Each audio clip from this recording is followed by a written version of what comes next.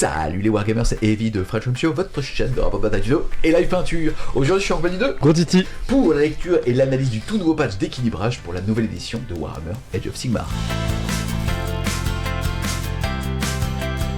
Depuis le 13 juillet était sortie donc la 4ème édition de Warhammer Age of Sigmar. Il y avait eu des micro-ajustements sur Warhammer Community. Là on est vraiment dans ce qu'on appelle un Battle Scroll et c'est sans doute la plus grosse mise à jour qu'on ait jamais eue sur toutes les éditions de Warhammer Age of Sigmar et donc c'est du très très bon travail. Pour faire un petit peu le bilan depuis le 13 juillet, on voit que Age of Sigmar avait bien bénéficié de cette nouvelle édition pour recruter des joueurs. Parfois, et c'est peut-être même le seul point de doléance, c'est qu'une partie de cette communauté, je parle non compétitive, a été cannibalisée pour partir vers du Spirit, donc du fer de lance, qui est le nouveau format de jeu très accessible, très nerveux, pas forcément très équilibré, mais là où pour le coup je trouve que ça crédibilise l'éditeur, c'est qu'il s'était engagé à suivre justement la partie fer de lance, et vous allez voir, elle est couverte ici. On va donc faire un petit résumé des modifications qu'on va avoir, mais pour retourner dans le vrai jeu d'armée qu'est Warhammer Age of Sigmar, en se basant sur du format 2000 points, quel était toi ton constat par rapport justement à cette édition ? Cette édition elle partait sur le principe qu'on avait un jeu qui était très partagé entre les deux joueurs. Ça c'était vraiment le gros point fort, le Game Workshop a trouvé son niveau. Maintenant on avait peu d'unités sur la table, un list building qui était pas mal critiqué dans le fait qu'il était très dirigé et dirigiste de la part des régiments qu'on allait avoir et des personnages qu'on mettait dedans qui mettaient des restrictions sur les unités qu'on mettait dedans. Maintenant, on l'a testé à Atlanta, on va dire dans le milieu le plus compétitif possible. On s'est rendu compte qu'il y avait des armées qui se détachaient un peu, notamment 3-4. Le reste était plutôt bien équilibré, donc on va voir à quel point ces 3-4 armées vont être impactées pour rentrer dans le rang et créer une masse beaucoup plus intéressante à voir. Et ensuite, on avait ces reproches sur le list building, à voir comment est-ce qu'ils ont été impactés par ce Battle Scroll. Et encore une fois, par contre, le côté dynamique et intéressant du jeu AOS, on va dire en V4 avec ses mécanismes de base, s'est révélé à Atlanta assez incroyable avec des très grosses parties qui emmènent dans les 3 heures. Donc c'est pas finalement parce qu'on joue que 6 unités ou 7 sur la table qu'on n'arrive pas à produire un jeu complexe, poussé et intellectuellement super intéressant. Je trouve ça intéressant, on part donc du bilan avec certaines doléances, t'as parlé de list building, clairement c'est pas encore parfaitement corrigé, mais là on va voir qu'il y a un vrai attrait qui est déporté non plus sur justement les unités qu'on va rentrer, mais comment est-ce qu'on les rentre avec ces détachements. Vous allez voir, ça va nous permettre de débloquer plus de bonus, puisque plus on va avoir de pauses, plus on va avoir l'opportunité de prendre une deuxième garde d'honneur, un deuxième bonus en tout cas pour les gardes d'honneur. L'autre doléance qu'il y avait aussi sur Warhammer Age of Sigmar, c'est aussi normal puisque c'est lié au fait que Game Workshop sort des éditions qui en général ont une espérance de vie de 3 ans, où on a un moteur de règles qui est sans doute le meilleur qu'on ait jamais eu. En termes de game design, franchement ce qu'ils ont fait, t'as dit sur l'interaction, est très très très bon, mais derrière, des scénarios qui n'ont pas apporté ce vent de fraîcheur, puisqu'ils ont changé le système de scoring, mais pas tant que ça les scénarios, et ça, clairement, de toute façon, c'est déjà isolé de la part de Game Workshop, et les personnes qui ont pu tester l'avenir ont dit que, en tout cas, la vraie version, on l'aurait plutôt justement quand les scénarios vont changer, mais ça arrivera justement assez soon en 2025. Là où moi j'ai une question pour toi, c'est qu'on a vu aussi 2 styles de jeu. Déjà félicitations à Titi, n'hésitez pas à le mettre en commentaire puisque tu es Best of Faction des Orques Sauvages justement sur le dernier Atlanta. T'étais rentré dans le top 16 avant justement le fait qu'ils aient cassé les poules pour le résultat final. Donc bravo pour ta performance. On a vu un style de jeu sur un méta qui n'était donc pas que français, beaucoup plus agressif, et qui rejouait de nouveau un petit peu sur ce double tour. Je rappelle, à Warhammer Age of Sigmar 4ème édition, si vous prenez le double tour, vous ne pouvez pas marquer de tactique de bataille. Donc c'est-à-dire que votre scoring est capé à 6 et plus à 10. Déjà, est-ce que toi t'avais été surpris par cette agressivité et qu'apporte la data slate, juste pour comprendre aussi justement ce qu'ils ont vu de ça? Ouais, effectivement, on a le style de jeu européen qui était très basé sur le jeu alterné, donc on retournait un peu à l'époque de Battle où chacun jouait son tour et le but c'était d'empêcher l'autre d'arriver à marquer le même nombre de points maximum que nous. C'est un jeu fait 10 et comment j'essaye d'empêcher mon adversaire de faire 10 à son tour. Et on aimait bien garder ce côté alterné pour surtout pas perdre nos 4 points et essayer de viser le Saint Graal qui était de mettre 50 sur 50 qui est le maximum possible à AOS. Ici, on a rencontré des Américains et des gens d'autres pays qui eux avaient un jeu qui était beaucoup plus agressif, beaucoup plus dans le fait de prendre toujours le double tour T1, T2 ou le T2, T3 pour polariser la partie d'un point de vue attrition et sécuriser les points primaires pour empêcher l'adversaire de mettre ses points et finalement ils vont rattraper ce petit delta de 4 points qui est finalement pas si énorme que ça quand l'adversaire va pédaler avec le peu d'attrition, le peu d'unités qui lui reste pour remonter dans la partie.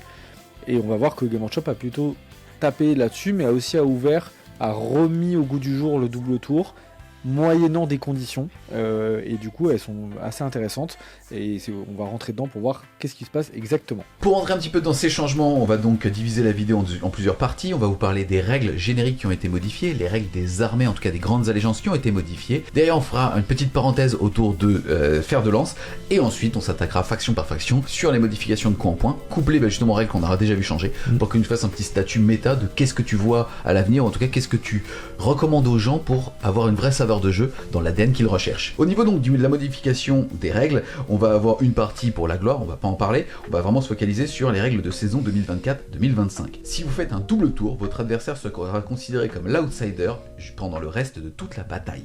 C'est intéressant, je rappelle l'outsider, c'est au début d'un round de bataille, on regarde le score, et celui qui est derrière, justement, est dit outsider, il va avoir plus un point de commandement, et aussi certains avantages, dépendamment du scénario.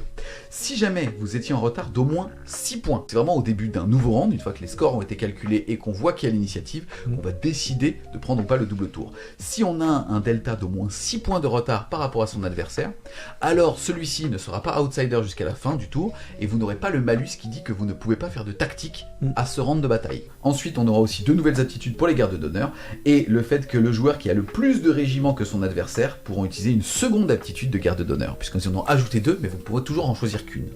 Bref, gros changement, on commence tout de suite par cette histoire de double tour. Qu'est-ce que t'en penses? Pour le double tour, première chose, c'est bien noté si vous prenez un double tour, et donc ça sous-entend, comme dans les règles de base, que c'est vous qui devez avoir l'action. J'ai gagné le jet d'initiative et je choisis de prendre mon double. Si l'adversaire vous le donne, il va pas débloquer tous les bonus du monde pour lui, ça marche pas comme ça. Donc si vous prenez ce double tour, déjà votre adversaire, il va avoir 5 points de commandement jusqu'à la fin de la partie. On s'est rendu compte, poussé au niveau maximum, que la gestion des points de commandement faisait partie de la différence qu'on pouvait faire entre des joueurs de différents niveaux, et ça faisait partie de la masterclass un peu qu'on pouvait apporter, de comment je gère mes 4 ou 5 CP dans un battle round complet. Donc jouer avec 5 jusqu'au bout, c'est très fort, il y a des armées qui vont particulièrement en bénéficier, notamment pour toutes les petites options qui étaient tendancieuses, donc on pense aux défenses en règle, au ralliement, au redéploiement, qui peuvent avoir un énorme impact, mais qu'on avait tendance à des fois pas faire, parce que c'était un peu trop cher. Derrière, le côté d'être outsider, ça vous débloquer des règles et des bonus différents en fonction des scénarios sur lesquels vous avez joué. Il y en a qui étaient, on peut noter, un peu anecdotiques, il y en a qui ne le sont pas du tout, notamment le placement d'objectifs qui vont vous permettre de marquer plus de points, ou le fait de relancer le dé qui vous permet de savoir où vont être les points, etc. Le fait d'infliger des blessures mortelles aux unités sur les objectifs, le fait de supprimer des objectifs sur le champ de bataille, d'avoir accès à des règles de scénario améliorées plus parce qu'on a outsider, de booster l'OC de nos unités en fonction. Et tous ces bonus-là, vous les avez jusqu'à la fin de la partie. C'est vraiment énorme. Donc ça veut dire que Game Workshop considère que l'impact de l'attrition donné par un double tour nécessite de vraiment booster l'opposant jusqu'à la fin de la game. Maintenant, la grande question, c'est quand va être prise double tour. Il est évident que si votre adversaire prend un double tour T1, T2 et que vous y survivez plutôt pas trop mal, vous avez 4 tours de jeu à jouer, plein de bonus, c'est vraiment excellent. Voilà. Maintenant, si ça arrive un peu tard dans la partie, vous aurez un tour full buff, c'est pas incroyable, mais bon, c'est déjà pas mal, quoi. Revenons un petit peu donc sur cette notion de si on a au moins 6 points d'écart, je rappelle c'est qu'une fois que les deux joueurs en jouent, parce que c'est le début d'un nouveau round, alors on n'a même pas de malus et on peut quand même faire une tactique de bataille. Moi c'est ce qui m'inquiète un petit peu, à voir, le 6 points a l'air plutôt bien choisi, on va en débattre ensemble, puisque je rappelle qu'en général on va marquer entre 6 et 10 points par tour, tu nous as parlé justement de ces 50 points maximum, ça veut dire potentiellement qu'on pourrait volontairement décider de marquer uniquement 4 en tant que joueur 1 pour tenter un double tour derrière au tour 2 et très vite aller chercher ce jet de dés qui fait qu'on va vouloir sanctionner l'autre très fort à l'attrition. J'ai bien aimé ce que tu as dit sur le fait qu'en effet, et en France on sait se prémunir des doubles tours avec des cordons, avec un style de jeu un petit peu plus dans la préservation. Là on a vu des bourrins en fait vraiment aux États-Unis qui allaient tout droit et s'ils n'avaient pas le double tour c'est eux qui se faisaient raser. D'ailleurs on a eu des games qui se jouaient malheureusement sur ce jet de dés là. Là au moins c'est vrai que ça va peut-être un petit peu favoriser le skill, tu vois ce que je veux dire, du joueur qui va savoir s'en prémunir et finalement bah ouais mais quand tu t'es essoufflé il y avait 6 points de delta et là tu les récupéreras plus, tu vois ce que je veux dire. C'est clair. Qu'est-ce que tu penses justement mathématiquement de ces 6 points? Il faut se dire que la bonne précision c'est quand vous prenez le double et que vous avez 6 points de retard, ça veut dire que votre adversaire a joué, vous jouez un tour, vous avez toujours 6 points de retard sur lui et vous décidez de prendre un double et donc maximum de marquer 10 points et donc finalement de repasser, si on prend l'écart minimum, c'est-à-dire vraiment le 6, si vous marquez 10 points, vous faites un super tour, vous avez plus 4. plus 4, ça correspond à juste à votre adversaire de réaliser une battle tactique et de mettre un pied dans un objectif ou d'en tenir un, il repasse devant vous et vous allez jouer le même nombre de tours. Bon, c'est même quand on est acculé, etc., tenir un objet et réaliser une tactique, pour la plupart des armées, on va dire hormis destruction, c'est toujours un petit peu plus compliqué, c'est tout à fait accessible. Voilà. Et encore une fois, si ça apparaît tôt dans la partie, bon, ça a un impact fort sur votre action. Si c'est un peu plus tard, ça permet quand même de remonter, de recoller au score et de diminuer finalement l'écart entre les deux joueurs. Que ça soit d'un point de vue compétitif, c'est très intéressant parce que ça va permettre de donner des rounds d'équipe ou de solo beaucoup plus serrés et du coup des résultats qui vont se tenir jusqu'au bout parce qu'on va se dire ouais, mon joueur il est en retard, mais là du coup maintenant il a 6 points de retard, donc dès qu'il peut avoir un double, il va pouvoir recoller au score en termes d'attrition et 2 points, et donc finalement la round va être plus serrée contre nos adversaires. Et d'un point de vue même amical, on va dire en club et tout, bah c'est quand même assez cool parce que ça pousse les gens à continuer jusqu'au T5 parce que bah, ils peuvent aller chercher de regratter quelques petits points plutôt que de dire bah en fait la game est terminée, j'ai 10 points de retard, machin, je peux plus jamais les recoller, puisqu'en fait si à un moment j'ai une open de prendre un double tour, ça me cut 4 points, donc je passe de 10 à 14 points de retard et en fait la game est finie. Et donc ouais, on avait beaucoup de games des fois qui se finissaient un peu tôt, où en fait les joueurs avaient des ressources, mais mathématiquement, même en jouant bien, etc., on pouvait plus vraiment recoller et, entre guillemets, diminuer le score. Donc c'est vraiment excellent, je trouve que l'écart m'a l'air bien choisi. Est-ce qu'il est suffisant ? Ça, c'est les tests et de nombreux événements de tournoi qui vont nous le dire. Mais il va dans le bon sens et il rend encore plus intelligent et encore plus de réflexion sur est-ce que je prends mon double, est-ce que je le prends pas, est-ce que j'essaye de jouer un peu en outsider en début de partie pour descendre jusqu'à 6 points et après remonter avec de l'attrition. Mais il y a toujours un risque, parce que si vous faites 6 points et que votre tour où vous allez chercher ce double tour d'attrition, vous ratez un peu, les dés vous trahissent à ce moment-là, bah en fait vous avez pris un risque qui n'a pas payé, et donc vous avez peut-être même augmenté l'écart que vous aviez déjà. Mais donc pour toi, revenir un petit peu donc sur le constat qui est aujourd'hui sur AOS, de toute façon l'éditeur décide de maintenir un double tour dans ce jeu. Est-ce que toi tu penses que là c'est un bon levier de correction, pas de correction parce que c'est leur ADN, ils veulent un double tour sur AOS et tant mieux, et c'est vrai, je trouve que ça apporte de la fraîcheur versus d'autres moteurs de règles. Mais donc pour toi c'était le bon levier. Ouais, c'est un très très bon levier, c'est un très bon levier qui va avoir un impact extrêmement fort dès les premiers jours de la sortie de ce Battle Roll.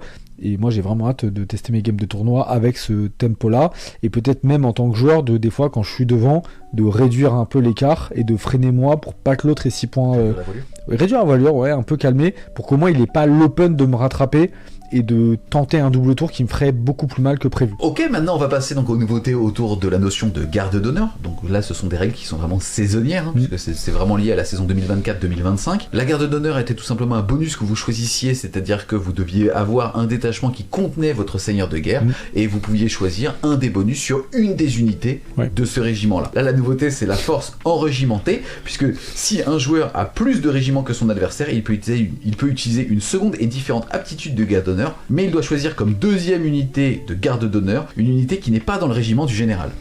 Donc c'est vachement intéressant, parce que c'est peut-être pas très clair, mais globalement vous allez donc jouer minimum 2 régiments pour avoir plus que votre adversaire, et donc vous allez donner un bonus offensif ou défensif à une unité du régiment 1 et une unité du régiment 2. Et c'est sympa parce que moi je m'attendais pas du tout, quand on entendait la critique du list building, de se dire qu'ils allaient déporter ça, non pas sur les listes d'armées, mais sur comment est-ce qu'on range nos unités au sein des régiments. Et ça va rendre ça super intéressant. Le seul truc, c'est qu'on va peut-être vouloir monter parfois son nombre de régiments, mais on n'est pas sûr d'avoir le bonus quand on arrive devant la table. Absolument, on n'est pas sûr, mais par contre, on sait que la majorité du jeu, si on regarde aujourd'hui, Atlanta a été composé, je pense, à 70-80% en 2 drops, etc. On avait un petit peu de 3 drops, et des ovnis qui jouaient des listes qui ressemblaient à rien, un peu comme moi, étaient à 4-5 drops, et globalement ça n'avait aucun intérêt. Voilà, on gagnait rien, on n'avait pas de bonus, simplement on décidait jamais qui commençait la partie, donc ça permettait de laisser son cerveau à la cave. Voilà. Au niveau donc de ces bonus, on en avait 3 existants. Au niveau là, vous allez voir petit mise à jour dessus, mais en réalité c'est des mises à jour qui étaient déjà impactantes dans le jeu. Je vous rappelle, vous pouviez choisir un buff offensif, c'est-à-dire vous, une de vos gardes d'honneur, et dire que tu auras plus 1 en perforation si tu cibles infanterie, cavalerie, monstre, machine de guerre ou bête. Vous aviez aussi les gardes du corps, c'est-à-dire le bonus défensif qui était de dire moins 1 attaque sur un pack qui était à 6 pouces de votre seigneur de guerre. Et vous aviez aussi la cible prioritaire, c'est-à-dire plus 1 touche, plus 1 blesse sur une des unités adverses avec votre garde d'honneur. C'est ça, seulement sur la garde d'honneur adverse ou le général, donc vous pouvez pas faire sur qui vous voulez, et donc du coup il y avait même des styles où les mecs disaient bah je prends pas de garde d'honneur, comme ça t'as que plus 1 touche, plus 1 blesse sur mon général et pas sur une autre unité. Voilà, donc il y a des petits moves comme ça qui étaient intéressants, parce qu'on rappelle que c'est la personne qui a fini de se déployer qui doit choisir ses gardes d'honneur en second. Voilà. On découvre ensuite les 2 nouveautés, c'est en plus du reste, vous pourrez toujours choisir les anciennes. Vous allez choisir un héros qui n'a pas vol et qui est de type infanterie, qui n'est pas justement le pilote de ce régiment-là, mais celui-ci va donner plus 2 à la caractéristique de mouvement des unités d'infanterie amis qui n'ont pas vol et qui sont entièrement à 12 pouces de cette fameuse garde d'honneur. Ouais, donc c'est très stylé. Pourquoi ? Parce que ces unités-là, c'était donc les personnages qui complètent les régiments mais qui ne sont pas leaders de ces régiments-là. Déjà, là, on est dans les building avancé parce que ça comporte qu'une petite partie des personnages qui étaient justement ceux qu'on pouvait rajouter dans les régiments d'autres persos. Et on se souvient qu'ils peuvent pas être dans le régiment du général. Donc du coup, et ces gars-là, ils vont donner plus 2 en mouvement aux infanteries qui n'ont pas le vol, donc c'est bien parce qu'il y a quand même pas mal de garde-fous. Alors c'est pas super simple à expliquer comme ça, mais je pense que ça va bien profiter à des unités.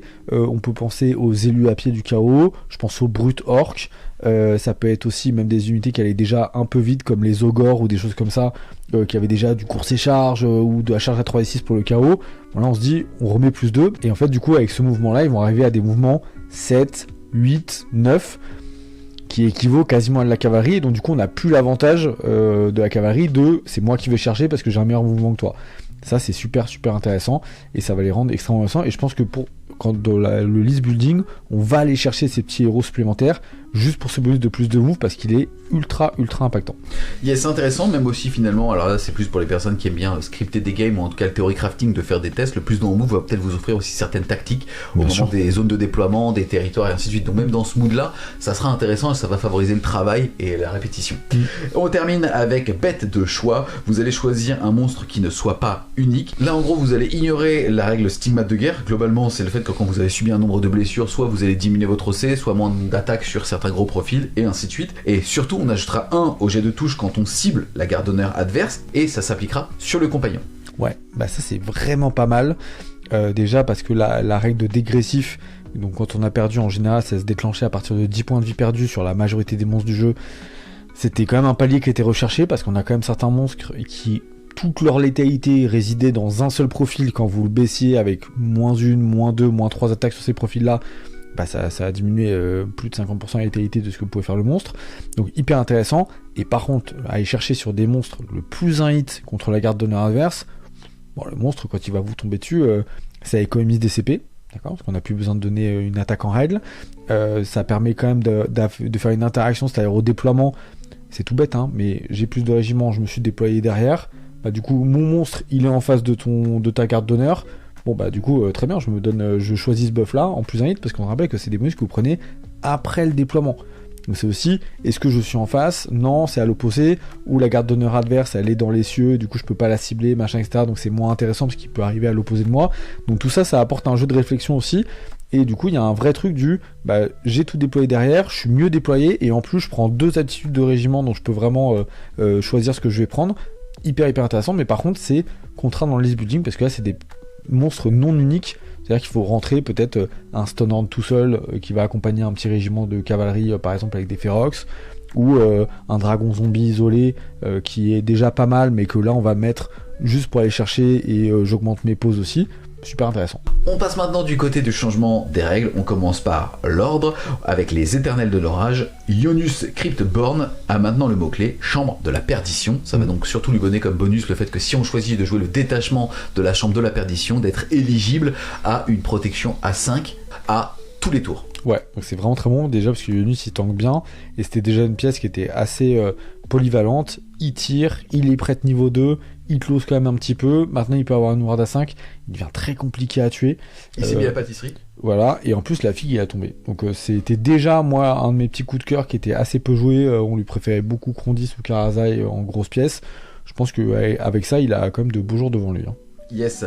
Du côté des City of Sigmar, on a l'aptitude cible identifiée du fusil majeur sur Orgor d'affût donne maintenant +1 à la touche, mais pas seulement au tir, aussi au corps à corps. Ouais, c'est cool, ça donne un bonus qui peut marcher si au départ lui il va bien avec un pack de fusillés, donc, mais la partie elle peut aussi bouger, et donc évidemment quand il va pouvoir aller aider une unité de cavalerie ou de style Elmapier ou ce genre de choses, on sera très content que le personnage fonctionne toujours malgré que la tournure de la partie a changé, quoi. Ou alors j'ai perdu mon pack de fusiliers, j'ai mon perso qui était le support qui sert plus à rien, là il a toujours une utilité, c'est plutôt cool. On parlera des critiques qu'on va potentiellement émettre, notamment sur les City of Sigmar, parce que je rappelle qu'on joue des humains, des elfes et des nains, et il y a un problème de positionnement sur les humains, mais ça on en parlera quand on s'attaquera justement à l'ouverture de cette faction-là, avec les coups en point.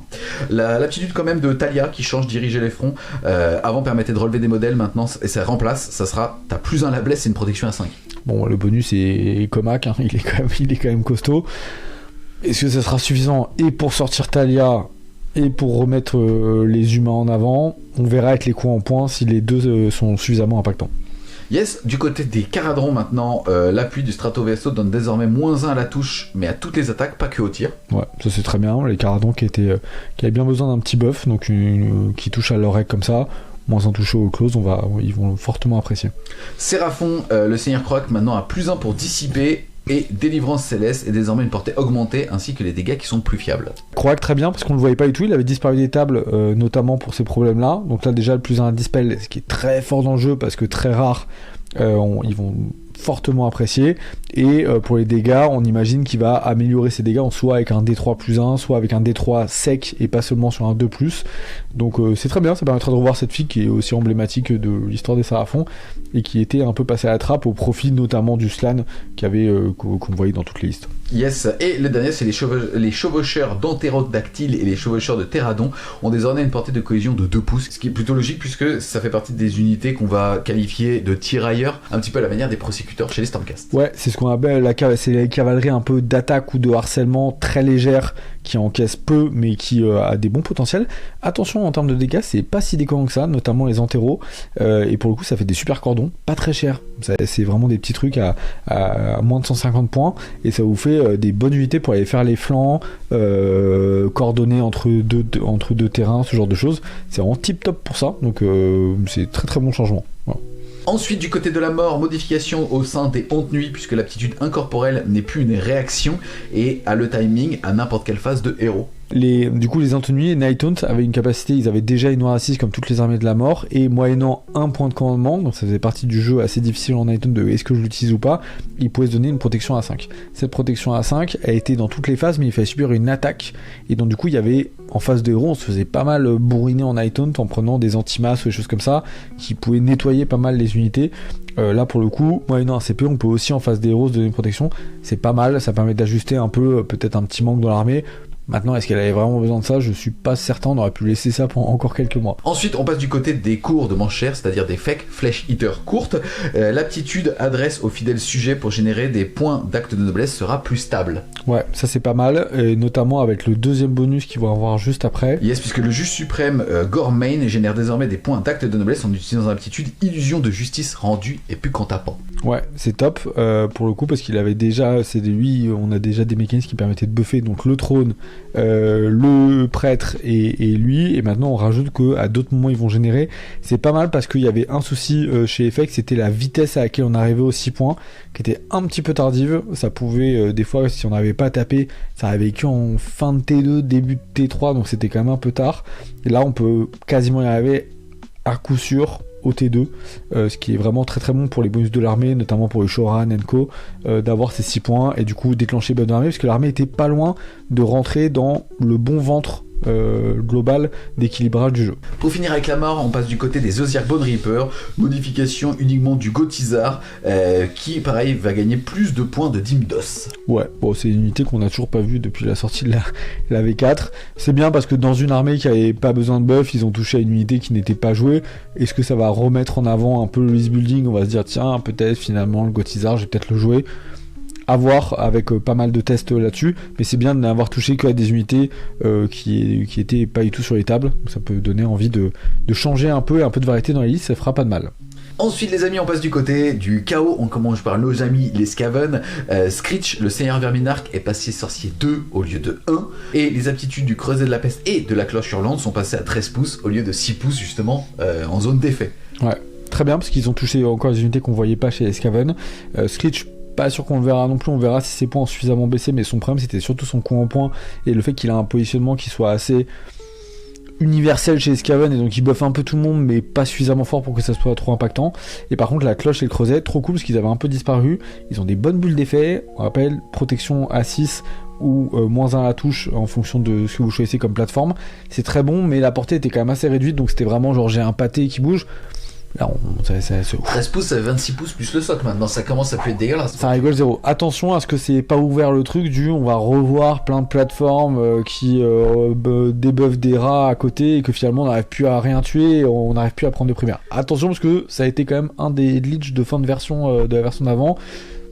Bon, en tout cas pour l'instant on en joue 0, donc est-ce qu'on va passer de 0 à 3 ? C'est une grande question. J'ai plein de questions sur toutes les factions, mais vraiment on s'attaquera à chacune d'elles quand on parlera des coups en points. Ensuite on va avoir les modifications pour Blade of Khorne, une modification ultra structurante. La dîme de sang peut s'utiliser maintenant une fois par phase au lieu d'une fois par tour. Ouais, bah c'est énorme, c'est monstrueux, ça change de quasiment tout le gameplay de Khorne. Khorne qui ne faisait pour l'instant quasiment qu'un seul effet, c'était du coup l'effet de dîme de mouvement, c'est-à-dire en phase de mouvement, je peux bouger une de mes unités de 3 pas et je peux engager un adversaire, donc ça permettait de faire des redéploiements plus dîme, de faire des courses automatiques plus mouvement plus dîme pour engager et on empêchait les redéploiements adverses, les réactions, ce genre de choses. Ça permettait de faire des désengagements et dîme pour aller engager une autre unité à côté. Bref, il y avait 12 000 tricks et ça rendait le jeu Khorne extrêmement technique, sauf qu'en fait finalement on faisait que ça dans les effets. Et donc si j'avais 12 points de dîme, en fait je finissais par faire un effet de dîme, c'est-à-dire engager, plutôt que pouvoir dissiper en face des héros automatiquement et ensuite faire ma dîme en phase de mouvement, faire une comète et avoir dissipé, ce genre de choses. Donc c'est cool parce que souvent en tournant on a vu les joueurs Khorne terminer les parties avec 7-8 points de dîme, parce qu'en fait ils n'ont fait qu'un seul effet, ils ont tué plein d'unités, il y a plein de choses qui sont mortes, mais ça servait à rien. Déjà, il faut savoir que Blade of Khorne, c'est une des armées qui propose, en termes d'intellect, le plus de reactive move, ou en tout cas de choses comme ça. Là, le fait que ça soit une fois par phase, mais on vient de décupler le plaisir de jeu et aussi les nœuds au cerveau que l'adversaire va avoir. Ouais, c'est clair. Et puis ça va permettre d'utiliser vraiment tout le panel de la dîme, ce qui est beaucoup plus plaisant pour les joueurs Khorne aussi. Yes, ensuite, Hedonite of Slaanesh, tueur euphorique, affecte maintenant les compagnons. Ouais, bah Slaanesh, c'était compliqué dans l'équilibrage. Je sais pas si ça va suffire. En gros, l'euphorique, ça permettait de donner des 6 explosifs, c'est-à-dire le 6 fait 2 touches. Ça marchait bien sur les archers, ça marchait bien sur les cavaleries ou les unités de corps à corps. Maintenant, c'était un bonus qui donne aussi un bonus à l'adversaire. C'est le côté Slaanesh, on aime bien partager. Et du coup, on donnait des 6 qu'ils pouvaient utiliser pour la sauvegarde, pour la charge, ce genre de choses et tout. Bon, à voir si c'est suffisant. Moi je pense pas, parce qu'il n'y a pas quand même des compagnons exceptionnels. On va dire, ouais, les montures de la cavalerie semi-lourdes, elles sont bien. C'est pas non plus des foudres de guerre, on est loin des chevaux du chaos. Je pense que c'est pas suffisant pour remettre au top des charts Slaanesh. Maintenant, petit buff par petit buff et baisse de coût en points, peut-être par baisse de coût en points. Yes, ensuite on passe à Nurgle. Abondance de chair permet maintenant de choisir un des effets au lieu d'avoir l'obligation de soigner l'unité si elle était endommagée. Et les bourdons de la peste et les rouillards, eux, passent aussi à une portée de cohésion de 2 pouces. Ce qu'on vous disait tout à l'heure sur les petites unités tirailleurs. Ouais, alors celles-là, elles impactent quand même un peu plus, hein. Elles sont très chiantes à affronter, mais elles sont livrées par 2, donc c'est pas mal parce que ça permet quand même un petit peu plus de entre guillemets liberté dans les mouvements avec nos 2 petites mouches. Puis par pack de 4, ça commence à faire un bon gros plot qui peut aller chercher des trucs assez sympas. Ça offre de la mobilité en Nurgle de manière simple et directe, donc c'est très cool. Et le premier abondance de chair, ça c'est un sacré buff parce que c'est quand même leur sort qui leur permettait soit de soigner le D3, soit si l'unité était full, de mettre moins un bless. Bon, bah en fait maintenant on va dire je vais jamais me soigner, je vais tout le temps mettre moins un bless. Voilà. Et du coup l'adversaire il faisait facilement, vous aviez un pack de, c'est bête hein, mais de 20 porte-peste, bah le mec T1 il mettait un shoot dedans, pouf, bah t'as perdu un PV, tu peux plus te mettre moins un blessé. Et bon bah du coup vous étiez là, bah c'est super, mon sort il me permet de soigner un PV dans un pack de 20 porte-peste, c'est vraiment très intéressant. Donc gros buff qui peut paraître bête, mais Nurgle était à la limite de revenir pareil au top des charts, beaucoup plus près que Slaanesh, mais je pense que ça peut suffire. Hein. Ensuite, on va passer du côté des Gobelins avec les fils du Fiel Obscur. On a fait 2 prises, c'est parce que Footboy m'a dit Gobelins, putain. En gros, tout simplement, l'aptitude manger la lune du Louvre Boss sur Squeeze, donc du boss sur Squeeze, maintenant donne plus 1 touche au lieu de plus 1 la blessure. Bah c'est très bien parce qu'en fait le profil des gobelins c'est globalement une armée de détruits, donc on touche à 4 et on blesse à 3, donc si on avait envie de booster un truc c'était plutôt le jet à la touche plutôt que le jet à la blesse, sachant qu'on a d'autres choses pour entre guillemets aider les jets de blessure en gobelins. Bon, donc c'est un petit ajustement, l'armée est plutôt très bien équilibrée et il s'en sort excessivement bien, notamment sur peu de points en scénario, donc on va dire maximum de 5, qui sont vraiment redoutables, donc ils n'ont pas besoin non plus d'être méga up, on verra sur les points si c'est adapté. Yes, ensuite du côté des gloutons, des ogres, on va avoir les monstres ajoutent 2 à la charge écrasante, puisque je rappelle qu'ils devaient jeter un D3 et l'équivalent était donné en mortel. Le fait d'avoir plus 2, ça sera systématiquement au moins une mortelle. C'est bien, et c'est facile en plus du coup dans la règle, ils ont pas une règle différente du reste du jeu, ils vont juste tout le temps mettre des BM et puis vous avez des seigneurs qui mettent des bonus supplémentaires. Donc c'est très cool, c'est très bien parce que ça permet de, encore une fois, fiabiliser les dégâts. Et du coup on voyait quasiment aucun monstre en ogre depuis le début ou très très peu. Là pour le coup je pense qu'on en a envie, ça plus le bonus on a vu de garde d'honneur pour les monstres, d'un seul coup il y a un petit thème qui se crée quand même. Yes. Et la valeur de résistation va être diminuée pour 2 prières. Ensuite du côté des Sons of Behemoth, on va avoir le fait que les charges de Gargant infligent D3 dégâts mortels et ça n'est plus un saccage, ça n'est donc plus une aptitude, ça veut dire que ça sera D3 blessures mortelles plus un autre saccage. Comment ça? C'est quoi la vie aujourd'hui? On se dit ouais Behemoth ça a l'air nul en V4, ouais bah au fur et à mesure c'est quand même de moins. Il met son pied dans la gueule, ah oui il est 100% de but. Et tu sais que j'ai de la souplesse au niveau des ischios. Ensuite, parce que c'est pas suffisant, la masse huménire du méga gargant casse-bête a plus une attaque et toutes les armes de piétinement surpuissant et piétinement surpuissantissime ont plus 2 attaques. Ça va donc impacter tous les gros. Ouais. Et les attaques de pied rigolent 0. On l'avait vu. On l'avait vu avec mes Air Max, voilà. Non, c'est vraiment un bon buff. Et attention, on va regarder les changements de coût en points. Les gargantes, ouais, on les a mis un peu à poubelle, notamment parce qu'ils sont pas forts en tactique. Mais faudrait pas que le côté. Là, on commence à avoir nanana les doubles tours, nanana attrition. On leur booste leur attrition, on leur booste les saccages. Si on commence à baisser les coûts en points, que clac, on finit par rentrer un petit plus et tout. Et d'un seul coup, machin, ils prennent les gardes d'honneur, hein. Attention, donc les gardes d'honneur défensives, offensives, on a une armée de renom, on a machin, pas mal, les petits gargants je pense petit à petit, peut-être pas si on verra ce Battle Scroll là ou au prochain, mais il se pourrait qu'ils fassent leur entrée fracassante dans la V4 en mode pied dans ta bouche. On passe maintenant les amis du côté de fer de lance. Encore une fois j'en ai parlé au début de vidéo, mais quel plaisir de voir que Game Workshop tient ses engagements. Ça peut paraître tout bête, mais aujourd'hui Spearhead est un vrai jeu dans le jeu et séduit même une partie de la population, soit de personnes qui n'étaient pas des joueurs, soit des personnes qui étaient des joueurs de jeux de plateau, ou alors tout simplement à cannibaliser une partie de Age of Sigmar. Et encore une fois, chacun ses choix, et je trouve que c'est plutôt cool de voir que là, ça va être suivi. La seule doléance qu'on avait, c'est que les tables étaient petites, donc des joueurs qui étaient très agressifs pouvaient polariser la game très très vite, et on rentrait, et je vais plus en parler quand on parlera justement des caradrons, sur des archétypes d'armées qui étaient parfois un peu trop lisibles. Je pense aux Séraphons, aux Caradrons, quand en fait t'as un gros monstre, et tu sais que le reste est à chier. Là vous allez voir, ils ont pas mal redistribué les cartes. On commence par les Stormcast éternels. Bon clairement je pense que c'était certainement la bande la plus balance qu'on avait. En tout cas là on parle de la confrérie vigilante. C'est le fait que le bouclier d'Azir qui pour rappel vous permettait une fois par partie d'avoir une protection à 5. Maintenant ça va être une fois par tour. Ouais, donc c'est vraiment très bon. On peut dire que c'est 5 fois meilleur? Ok, on peut dire que c'est 4 fois meilleur? Spécialiste. Ensuite, on passe du côté de City of Sigmar. Et là, pour le coup, il y avait besoin d'un buff. Ouais. Parce que malheureusement, City of Sigmar, ça faisait partie des choses qui étaient pas bonnes. Et globalement, si vous voulez, pour contrebalancer le fait que c'était nul, il y avait juste le fait que, par exemple, le canon pouvait tirer 2 fois, une fois par partie. Et en général, c'est ce qui faisait que quand tu prenais D3 plus 3 dans la tronche et que c'était sur 2 jets de 4+, tu pouvais tellement faire mal que l'autre pouvait ne pas se relever. Prenais un ballon dans la gueule. Ou tu faisais rien. Ou tu faisais rien du tout. Spécialiste. Là, en l'occurrence, l'ordre de l'officier devient une fois par round de bataille. Tu peux nous en parler un peu? Ouais, en gros, avant c'était une fois par partie, c'était la règle de l'armée. Donc en plus, toute l'armée reposait sur cette règle-là. C'était qu'en gros, les cartes de Spearhead sont décomposées en un ordre que vous pouvez déclencher ou une tactique qui vous rapporte des points.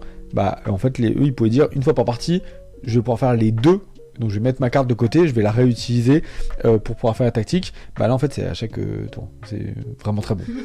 Là vous allez voir, c'est un jeu qui est pas du tout basé sur l'attrition parce que l'armée touche à 4. Là ça va pas mal changer quand même je pense, et c'est vraiment pas mal.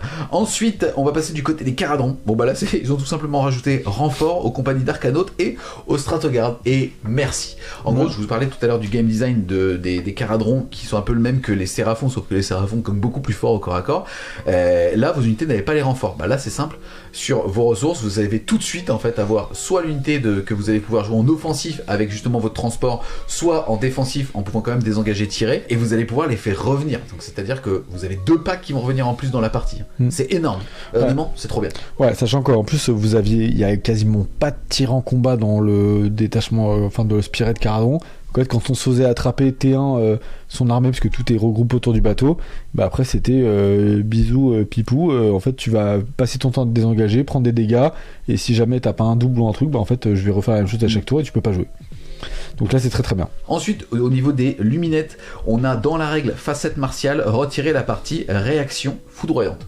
Ouais, donc en gros c'était la règle qui nous permet de pique 2 unités au lieu de 1 à la phase de combat. Je rappelle qu'on est en alternance. C'est ça, donc ping-pong, balade. Ouais, donc on cassait, et je pense qu'autant dans le jeu, entre guillemets, format classique, c'est tout à fait normal, ça fait partie de l'identité de l'armée, autant je pense qu'à Spirit, quand vous avez peu d'unités et tout, ça rendait un peu les attaques un peu broken. C'est-à-dire, je t'attaque avec 2, bah je double tape, tu peux rien faire. Du coup, il était là, ouais, mais comme j'avais que 2 unités. Sympa ton jeu. Donc c'est bien, ça renforce l'interaction, et ça, pour le coup, ça va dans le côté, j'enlève la frustration dans le jeu Spirit, qui est quand même un jeu qui a destination pas que, mais aussi d'éducation et de première phase pour le wargame, mais qui permet aussi de faire de la compétition et tout, donc d'équilibrage. Donc il y a 2 choses pour moi là-dedans, c'est équilibrage plus non frustration. Quand vous faites une démo à votre pote, vous jouez Luminette, c'est quand même plus sympa. Yes.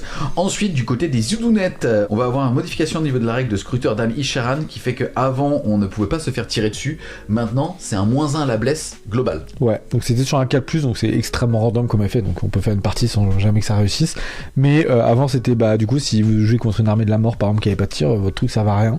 Maintenant, c'est un -1 à blesse, donc c'est quand même un effet qui est particulièrement fort. Et pareil, on enlève la frustration parce que 4+, tu peux pas me tirer dessus. Bah, je suis sur un objectif, tu joues Caradron, t'es un peu dégoûté parce que c'était sauf si t'es en combat range. Ouais, mais combat range, si j'ai pas de shooting combat, du coup je fais comment?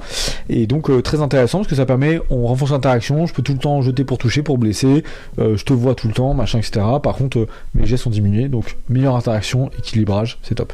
Du côté maintenant du chaos, on a du côté des Slave to Darkness, le fait que les chevaliers du chaos maintenant arrivent au 2e rang. Bon, c'est bien, ça permet, ça c'est pour le coup purement équilibrage, de se rendre compte que c'était entre guillemets pas viable dans la. Tu veux de l'équilibrage? Le prochain, pour la mort, les Edenites of Slanesh, le fait qu'ils aient rajouté au Slangor l'aptitude renfort, donc être replacé une fois par partie.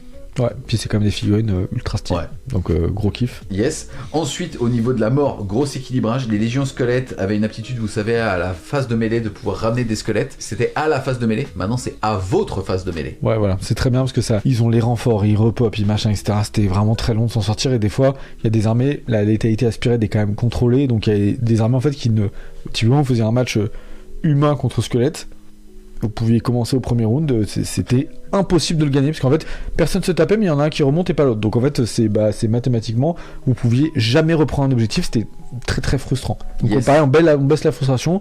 Quand je tape à mon tour, je tue, on enlève les figurines, je peux reprendre des objectifs comme ça, et du coup ça évite de se faire voler un objet, genre à main j'ai un peu dévissé, bam, il y a des squelettes qui reviennent et du coup je rate ma tactique. Et ensuite, du côté de la destruction, on a les gobelins et les ogres qui vont être un petit peu nerfs, c'est-à-dire que unité de Skougalier devra arriver au 3e rang, tout comme unité de glouton ogre. Ouais, bon, ça c'est cool parce que c'était un peu. C'était des banques qui étaient très fortes. Sur table, en fait. Exactement. Pour conclure sur Spirit, ça va quand même dans un très très très bon sens. Il y a quand même des choses qui me perturbent. Par exemple, tu vois, je reprends la death. Pour les squelettes, c'est vrai, t'as raison en termes de frustration. Par contre, si tu sais pas gérer les cavaliers de sang, ça reste quand même des unités, putain, qu'est-ce qu'elles font là, quoi? Ouais, c'est sûr. Après, c'est des unités d'impact qui tapent pas très fort quand on les charge pas et tout, donc il y a aussi un gameplay à jouer contre. Et puis, il faut avoir je pense, des unités aussi iconiques. Et Spirit, je sais pas quelle est la volonté du Game Workshop de l'équilibrer au maximum. C'est quand même très difficile sur des bandes, petites tables, etc., etc. Et je pense que c'est de tendre vers la meilleure version possible, mais c'est pas le jeu qui est le plus où la recherche d'optimisation doit être parfaite. Il faut aussi qu'il y ait du plaisir, des belles figurines et de l'attrait dans le gameplay. Donc une armée de vampires, on peut pas avoir que des mecs morts qui sortent de tombe. Il faut aussi un peu des vampires qui claquent, un peu stylés, quoi. C'est vrai que c'est des figurines de merde sans charisme qui sont dégueulasses. Tu sais, t'as un squelette, un zombie, une chauve-souris, t'es là, bon, c'est cirque Pinder, quoi. Tu vois, il y a beaucoup de chaussures. Et l'autre il se bat avec un os de son pote. En tout cas, ça va vraiment dans le bon sens. Très content de ce qu'ils ont fait par rapport à l'arrivée des renforts. Très content aussi de ce qu'ils ont fait pour les Caradrons, où en fait si on prenait un tour 1 un peu trop violent, justement parce que l'adversaire avait des figurines qui bougeaient 12, où toi tu rebondissais avec 3 figurines, tu disais il me reste mon bateau, super, il me reste 15 PV sur table, c'est cool, tu les auras pas, mais c'était nul. Là on va avoir plus de saveur sur des parties un petit peu plus longues, sur les 4 rounds de bataille. Franchement c'est vraiment top ce qu'ils ont fait. On passe maintenant les amis du côté du gros format de Warhammer Age of Sigmar. On commence par l'ordre avec les Cités of Sigmar. Étonnamment, armée très populaire qui était sortie en fin de V3 avec des nouvelles figurines, des styles de jeu d'ordre qui étaient ultra rafraîchissantes, armée relativement forte aussi par rapport soit au stat check qu'ils étaient capables d'avoir au niveau du tir, au jeu dans le jeu avec justement tout ce qui permettait d'empêcher les ordres et ainsi de suite, et sont arrivés en V4 des humains qui peinaient à toucher et des mécanismes qui complexifiaient beaucoup la table avec toujours ces notions d'ordre, mais qui à côté de ça apportaient aucun punch. Sauf que justement on allait chercher, désolé je résume un peu le gameplay de façon simple, mais en gros on avait les nains pour tanker, les elfes pour l'attrition et les humains pour la cuisine. Là on a un rééquilibrage. Je vois, avant que tu puisses commenter tout ça, que quasiment tous les humains ont perdu, parfois énormément. L'assassin a perdu 30 points, le commandant vapeur il a perdu 30 aussi, même les petits personnages, type Galen il a perdu 40 points, le mage de bataille il en a perdu 10, donc on a un petit sorcier à 100 points maintenant, le maréchal de Guilde-Franche a perdu 20 points, tout comme sa version montée. On a aussi Pontifex qui a perdu 40 points. Du côté des nains on a juste le roi gardien qui a perdu 20 points, sinon les brise-fer en ont pris 10, les marteliers aussi ont pris 10 points, les longuebardes eux ont perdu 10. Du côté des elfes, uniquement une modification au niveau des exécuteurs qui eux ont pris 10 points. Bref, tous les humains baissent et justement, mais pas de modification on va dire majeure au niveau des elfes et des nains. Qu'est-ce que t'en penses et quelle était la critique que t'avais sur City of Sigmar quand tu les jouais ou tu les affrontais? City of Sigmar, l'intérêt de cette armée normalement c'est de pouvoir faire ce qu'on appelle un peu une soupe, c'est-à-dire de pouvoir dire je prends un peu de tout, spécialisé en certains domaines. Donc je veux de l'infanterie qui frappe très fort et qui est rapide, qui bénéficie des ordres, je vais prendre des elfes. Je veux des unités pour prendre des objectifs, être un peu tanky, etc. Je prends des humains parce que c'est eux qui ont les meilleures des armures et puis ils sont plus nombreux. Et je prends des forces, on va dire d'élite de tank qui ressemblent vraiment à des enclumes que sont les nains, ou des marteaux mais peu rapides avec les marteliers. Là ils ont touché tout ce qui était un peu broken, c'est-à-dire juste l'association de nains et d'elfes, qui en plus est immoral pour tous ceux qui jouent soit nains soit elfes. Et donc là on va se contenter vraiment d'unités satellites qui vont être spécialisées dans un domaine et qu'on va peut-être aller buffer avec les gardes d'honneur supplémentaires. Moi c'est ça que j'aime bien. Le reste, gros boost des humains et énorme baisse de points sur certains moments. Notamment on peut noter Galen qui vient avec sa fille, qui fait quand même double personnage, donc double ordre en trigger à côté d'eux, qui sont vraiment pas chers et en plus ils sont pas mauvais, ils tapent bien sur les manifestations, les sorciers et tout, donc moi j'adore. Donc vraiment très très cool. Et je pense qu'on va recommencer à avoir de belles petites soupes avec plein de trucs différents dedans, avec 15 000 règles différentes, des ordres qui se donnent, qui se bounce sur différents gars et tout. Et je pense que on a vu à Atlanta 2-3 City of Sigmar qui étaient quand même difficiles à affronter, et surtout des listes qui sont très maison, avec vraiment j'ai une compo, ma liste c'est un White Dwarf complet avec une unité de chaque. J'ai 15 000 trucs dont tu dois te rappeler, des interactions entre les unités que tu peux pas avoir et tout. L'armée peut être vraiment très stylée, elle est très très très très dure à jouer, mais avec un reward exceptionnel, donc vraiment très cool. Ensuite, on passe du côté des Daughters of Khaine, des filles de Khaine, et là, tableau full vert, diminution de 10 à 20% de coûts en points sur pas mal d'entrées. Ouais, ce qui est globalement touché, c'est surtout l'infanterie, donc les petits héros à pied, les filles à pied et les unités un peu annexes, type Avatar, etc. Ou l'armée de renom qui tournait autour de Kretusai, qu'on a assez peu vu. Malheureusement, les Daughters of Khaine sont encore enfermés dans ce stigmate un peu du je prends Moratti, je prends des serpents, 2 tirs ou de corps à corps, je finis mon armée en mettant 2 cordons pour faire les tactiques, et bisous, on se revoit.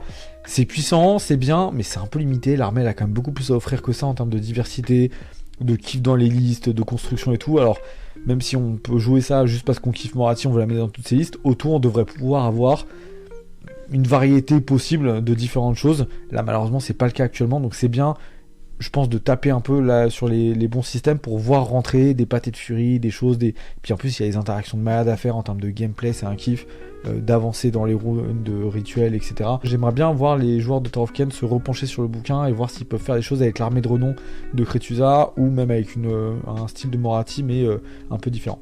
Yes. Du côté des pyro-tueurs, des Fire Slayers, pareil, que du vert. Là pour le coup, alors déjà, quasiment tout baisse au niveau de ce qu'on joue en unité. Au niveau des personnages, c'est un petit peu plus ciblé, mais c'est 80% justement de l'unité qui vont baisser. Et aussi dans la manière dont on va faire ces détachements, puisque maintenant tous les petits personnages peuvent rentrer quasiment dans les détachements d'élus de Grimnir. Il y en a que 2 qui vont avoir une restriction un petit peu plus fine pour rentrer dans les détachements. Ça va être le Phaser sur Magmadrod ou le Fils sur Magmadrod, qui eux ne pourront rentrer que dans les détachements Vulcatrix, en plus de leur détachement à eux bien sûr. Ouais. Mais sinon, quasiment que des coups en points qui globalement vous donnaient un pack de plus. Ouais, bah c'est en fait ils en avaient grave besoin.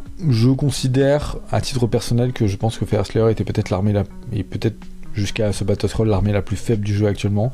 On l'a vu en Ligue 1, c'était vraiment un écart de niveau avec les autres armées qui était très compliqué. À Atlanta c'est pas compliqué, ils ont joué la partie, ils étaient à 0-7 tous les deux, ils ont joué pour qui va être le moins bon du tournoi, Fire Slayer contre Fire Slayer, ils étaient 2, ils ont joué tous les deux. Bon, l'armée, c'est dommage parce qu'on a l'impression que les mécanismes sont bons, mais je pense que c'est l'armée dans sa composition avec cette V4 qui offre un jeu de réaction, de mouvement, avec un peu de vitesse, etc., qui va aux antipodes de ce que propose le Fire Slayer, avec en plus une tankiness qui n'est plus là, et donc en fait plus personne n'a peur de rentrer dans les Fire Slayer, ça se traverse comme du beurre pour tout le monde, et donc finalement tu dis pas ouais je vais rentrer mais je vais galérer. Pas d'attrition, pas de sodomie. Voilà. Est-ce que ça sera suffisant ou est-ce qu'il faut toucher aux règles intrinsèques de l'armée? On a vu que dans les règles pour le coup ils ont rien touché, donc est-ce qu'ils considèrent que c'est juste vraiment il nous manque une unité sur la table? Moi des games que j'ai pu voir en Fire Slayer c'est pas une unité en plus qui aurait changé la dimension des parties, hein. Donc mais peut-être que dans la compo de comment peut-être rentrer un personnage de plus, la garde d'honneur supplémentaire, jouer haut en régiment, avoir le bonus de plus dans move quelque part qui permet peut-être de faciliter une tactique et tout sur un bon bac de berserk, ça peut changer le gameplay des bons joueurs FS sur le long terme. Voilà. Et en tout cas ce qui est cool c'est que pour les gens qui jouent plutôt en amical, en club et tout, rajouter une unité c'est sûr que ça rallonge la durée de la partie, de plaisir, même si on sent qu'il y a encore peut-être un écart, on prend plus de kiff dans le jeu, ce qui est de toute façon une bonne chose. Ensuite, du côté des fonds marins, avec les idonettes, on a globalement une diminution alors de 30 points pour l'arracheur d'âme, de 20 points pour la Kalian King et de 10 points pour le scruteur d'âme, et sinon les petites râles de combat perdent 10 points les 10 mais ils ne touchent pas au tireur. Ouais, en fait l'armée elle était, c'est une bonne armée déjà idonette, il faut dire, toujours très intéressante à jouer, très technique dans son approche. Mais on jouait beaucoup tireur, Muren, Eidolon et Tortue. Et il y avait une grosse compo qui tournait ça. On en a vu beaucoup à Atlanta avec des beaux résultats. Il y en avait quand même. Je crois que c'est l'armée qui a fait la meilleure première journée.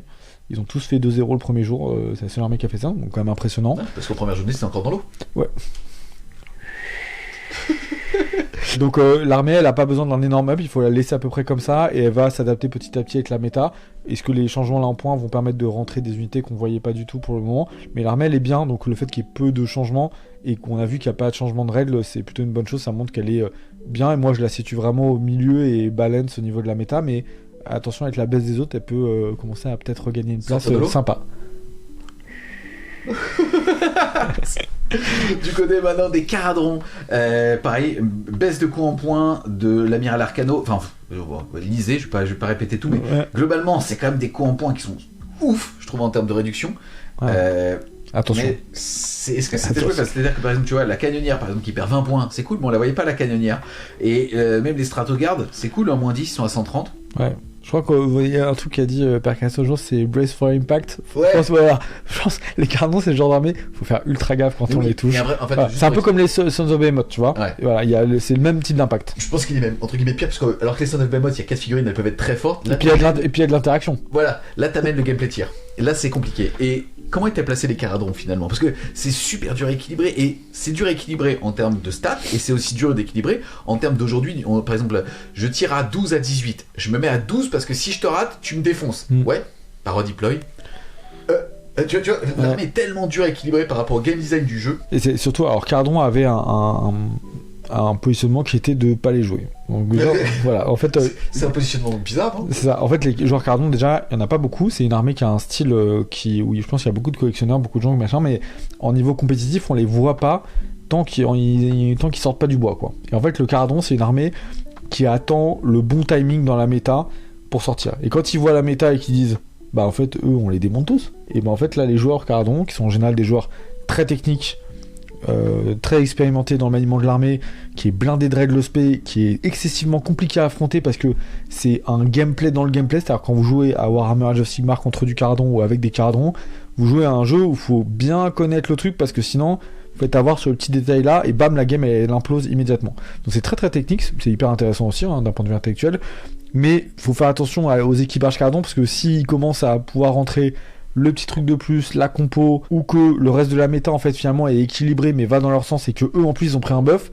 bah en fait c'est l'armée qui, à une semaine après le Battle Roll, peut être propulsée par un Dead Charts et va le rester jusqu'au prochain Battle Roll et ne pas avoir de concurrence du tout pendant tout ce temps là. Pour moi il faut faire très attention aux équipages Caradron, là ils sont peut-être un peu forts, sachant que ils commençaient à devenir prédateurs et qu'on sait que ceux qui étaient au-dessus étaient des gros dangers pour eux et que eux, vous allez voir, ils sont bien fait savater et donc finalement ils se disent bah finalement le top 4 est plus là, on peut peut-être devenir top 1. Voilà. Ça a pas toujours été une armée qui est très agréable à affronter à Age of Sigmar parce que énormément de saturation. Pas de décor pour se cacher, même si maintenant on a la notion de forêt.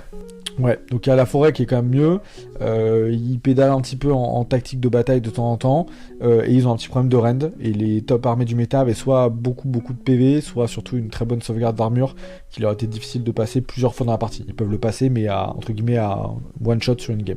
Ensuite, du côté maintenant des luminettes, on a 4 augmentations de coups en points, notamment 10 points sur Teclis, sur le Wind Mage, et derrière au niveau des autres troupes, on a sur les Vanari et sur les Sentinelles, et tout le reste c'est une diminution des coups en points. Ouais, pas mal. Alors eux, ils ont pris déjà un nerf au précédent Battle Roll qui était plutôt sur leur règle d'armée et sur les points. Et là, on retrouve la nouvelle tendance qui est un peu touchée. C'est pas mal parce que celle-là, elle est assez pixel, elle est pas trop forte. Les lunettes, ils ont un peu disparu. On en a quasiment pas vu à Atlanta suite au premier Battle Roll où ils ont pris surtout les esprits du vent, ils les ont massacrés comme jamais. Pour moi, un poil trop fort parce que du coup, maintenant, c'est quasiment injouable. Donc, mais j'aime bien la nouvelle version, il y a des petits ups qui vont machin, et on sait que c'est une armée qui s'adapte très bien parce qu'elle a accès à tout, elle joue en toutes les phases. Elle fait bien du mouvement, du tir, du close, de la magie, elle a accès à toute la boîte à outils Luminette, qui est maintenant vraiment extrêmement répandue avec les entrées qu'il y a eu dernièrement. Donc je pense que la boîte à outils maintenant est juste redéplacée, et eux ils vont voir comment est la méta et choisir ce qu'ils ont à prendre dedans. Donc c'est une armée qui est toujours ultra stable dans la métagame, et quels que soient les nerfs, les machins, elle va s'en sortir en ayant des bonnes compos. Yes, du côté des Séraphons, seulement 2 augmentations. Sur les personnages, c'est l'Astromantien Skin qui prend 10 points. Les chasseurs, eux, en prennent 10. Et sinon, globalement, une grosse partie de tout ce qui est infanterie baisse. Mais aussi les 2 balistes qui perdent quand même 30 points. Donc un peu plus de 10%. Ouais, il y a... Bon, pour moi, je suis pas sûr que l'équilibrage soit méga réussi chez les Séraphons. Pourquoi ? Parce qu'ils ont pris finalement... Les baisses sont quand même assez faiblardes. 10 points et 10 points. L'Astromantien, il est monstrueux. Et les Wanchi, ils sont auto-include complet, et à plus 10, on s'en fout, on les mettra toujours. Et les Séraphons avaient pas forcément de problème de coups en points. Ils avaient même quand même pas mal d'unités sur le board. C'est une armée qui est, de par sa nature, qui ressemble beaucoup aux Luminettes. Ça joue en toutes les phases, ça fait tout. Mais je trouve qu'il y avait déjà une récursion qu'on n'avait pas chez les Luminettes, parce que eux, avec le slan, ils peuvent faire revenir des unités. Bon, c'est complètement random, c'est sur un 4+, mais ils ont quand même accès. Et il y a des mécanismes qui sont quand même très attrayants, de course et charge, une grosse puissance magique qui était un peu plus simple à mettre en place et pas centralisée sur un Teclis comme côté Luminette. C'est un mec qui peut, je pense, devenir très puissante avec ce type de battle scroll là. Donc ça m'étonnerait pas qu'on voit Séraphon sortir de la jungle par le bon bout, quoi. On passe du côté des Golden Boy avec les Stormcast éternels, beaucoup de diminution de coups en points sur ce que de toute façon on ne voyait pas, et augmentation alors au niveau des Griff Dog pour justement supprimer un peu cet aspect multiple spawn unit, et les Paladors. Pour le coup, après 20 points, les Chocobos, tant pis. Bref, est-ce que tu peux nous parler un petit peu justement des baisses de coups en points, vers où on va, où est-ce qu'on était finalement ? Ouais. Bah écoute, on était enfermé dans un gameplay Krondys, Palador, Long Strike Raptor. C'est ce qui a fait globalement peut-être la majorité des matchs à Atlanta. L'armée était surjouée, excessivement puissante, souvent aussi en one drop pour les Américains, et c'est quand même l'armée championne du monde. Donc comme quoi elle a traversé l'orage pour arriver jusqu'à la victoire. Allez, c'est... Ouais, sortie des idées. C'est pour moi. Maintenant, ce qui est cool, c'est que ce que je trouve, c'est qu'ils ont essayé de dire, ok, on a trop orienté le gameplay avec des unités un peu trop fortes par leur war scroll ou par leur profil, etc. Ce qu'on va faire, c'est qu'on va réaligner les autres types de gameplay. Donc le côté cavalerie lourde, baisse des dragons, baisse par exemple des cavaleries lourdes comme semi-lourdes comme les concussors, etc. Et on va baisser aussi les persos qui synergisent avec ces types de gameplay là pour réouvrir un peu. C'est quand même l'armée qui a le plus de war scroll dans le jeu avec le plus d'unités. Et là on était enfermé dans, finalement on jouait avec 3-4 war scroll, c'était quand même un peu triste. Donc c'est quand même cool. L'armée non plus n'est pas massacrée, c'est-à-dire que les mecs qui ont des paladors, des Longstrike, qui peuvent continuer à jouer, mais va falloir se réinventer parce qu'on peut plus tout rentrer pile poil pixel comme c'était, donc quand même très intéressant. Et puis on a aussi une reconstruction en termes de personnages qui peuvent rentrer dans les régiments spécifiques pour s'adapter au système de garde d'honneur, et ils ont même mis ça sur des trucs qui passent légende, donc comme quoi ils regardent aussi même les personnages qui vont disparaître en juin, donc c'est quand même cool pour les gens qui ont une collection très étendue. Ensuite on finit avec les Sylvanettes. Ouais, on sort du bois. On sort du bois, et pas qu'un peu. Eux, ils avaient pris le plus gros up et le plus gros équilibrage du Battle Roll précédent avec la refonte de leur règle de forêt, qui était vraiment magnifique, que vous avez pu voir sur la chaîne dans le rapport de bataille contre Spoon. Et là, baisse de coups en points. Donc l'armée, elle était déjà pas loin du top. Baisse de ses prétendants qui étaient devant, qui l'empêchaient un peu de pouvoir accéder vraiment aux victoires de tournoi et tout.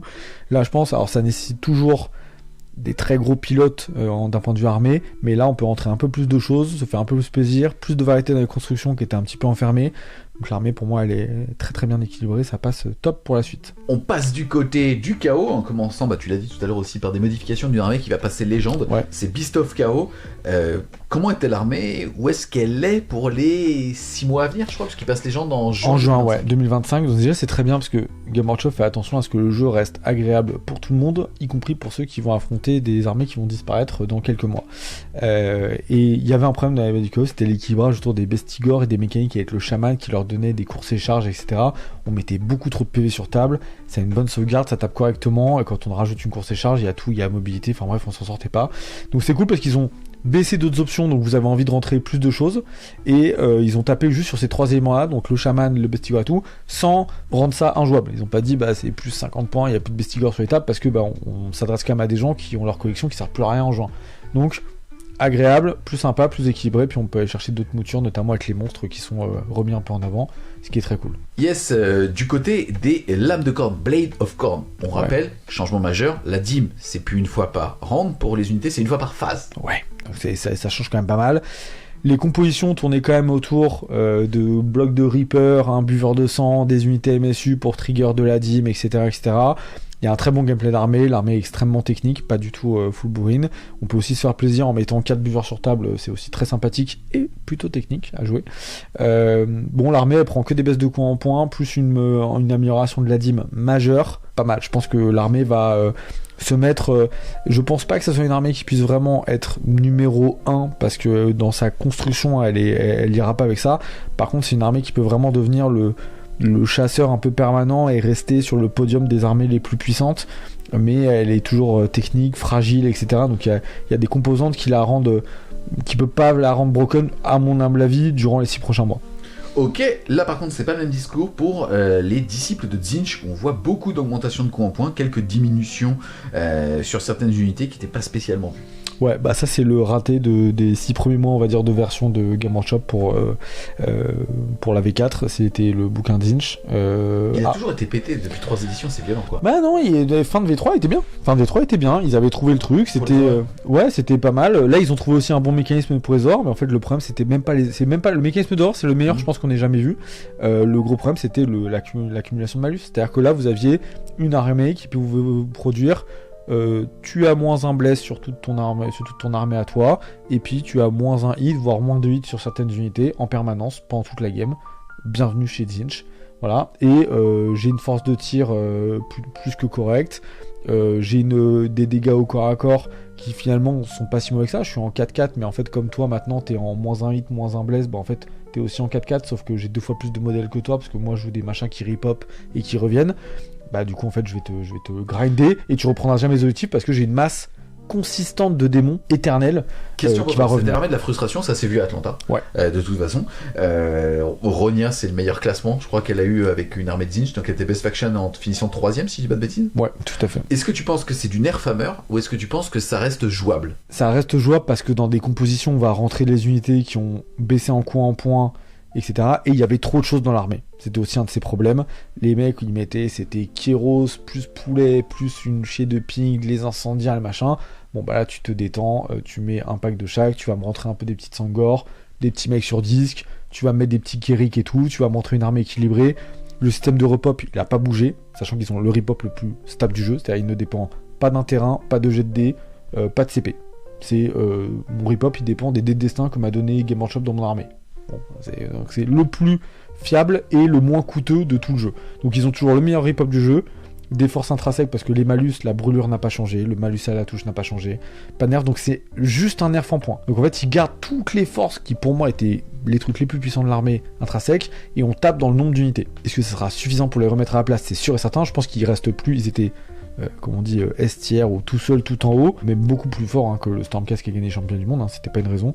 Là je pense qu'ils vont rester au top, mais dans des armées déjà beaucoup plus agréables à affronter. Donc Game Workshop tape plutôt, je pense, sur la frustration qu'on avait en jouant contre Tzeentch, où des fois ils jouaient tout seul et on pouvait finir des parties où on avait tué 50 points d'armée et lui il nous avait rasé. Ok, on change de dieu, on passe du côté donc de Slaanesh, où là pour le coup c'est que de la diminution de coups en points, et même Sigval qui a un petit peu plus de latitude pour pouvoir justement aller chercher un autre détachement et donc potentiellement être sujet au garde du corps. Ouais, pas mal, et puis le plus de mouvements autour d'un mec comme Sigval et tout, on va grandement apprécier parce que c'est quand même un sacré metteur de pain, et puis il repeint les chambres à la vitesse de la lumière, donc il est vraiment très bon. Slaanesh, pareil, très très bas en termes de puissance, ça se battait avec Sons of Behemoth, Fireslayer et tout. Bon petit ajout côté règles de base, c'est une bonne armée néanmoins à jouer en équipe, c'est très fort sur peu de scénarios, donc sur peu de points. Là, un petit up, et je pense que, est-ce que ça sera suffisant? On se souvient que dans la version d'avant, on avait dû avoir 1 puis 2 up pour que finalement Slaanesh commence à revenir. Je pense que là c'est la première vague et qu'il en faut encore peut-être une autre pour le remettre vraiment très haut devant. Mais ça va dans le bon sens. Game Workshop a bien vu qu'il y avait un souci sur cette arme là en termes de puissance, en termes de power level, surtout parce que leur règle d'armée est un petit peu en dessous de ce qui a été auparavant avec les dés de dépravation.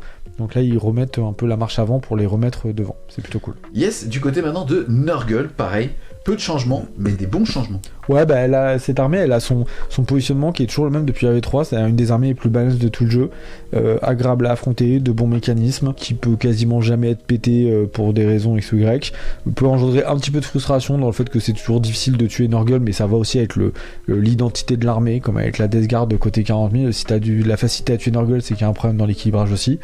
Et leurs buffs viennent plutôt de ce qu'on a vu auparavant, c'est-à-dire je vous ai dit la refonte du sort qui dit moins un bless plutôt que de me soigner, c'est vraiment une grosse hausse dans le gameplay, sachant que c'est leur illimité, donc globalement avec 2 sorciers vous pouvez mettre bam 2 fois moins un bless sur les unités, ça va vraiment renforcer. Moi j'aime beaucoup l'armée, comment est-ce qu'il la design, et il faut vraiment pas qu'elle bouge trop, et c'est très bien, on voit que c'est des petits trucs pixels qui sont pas du tout joués, qui sont touchés, donc c'est très bien parce qu'elle est bien comme ça. Du côté maintenant des rongeurs avec les Skaven, plutôt une bonne nouvelle puisque tout baisse, sauf la Gatling, enfin, les canons Ratling pardon. Ouais, tout baisse. Alors je sais pas si c'est une bonne nouvelle que tout baisse quand même, parce que l'armée était quand même pareil, ça rentre dans pour moi la même chose que Seraphon Lumière, ça joue dans toutes les phases.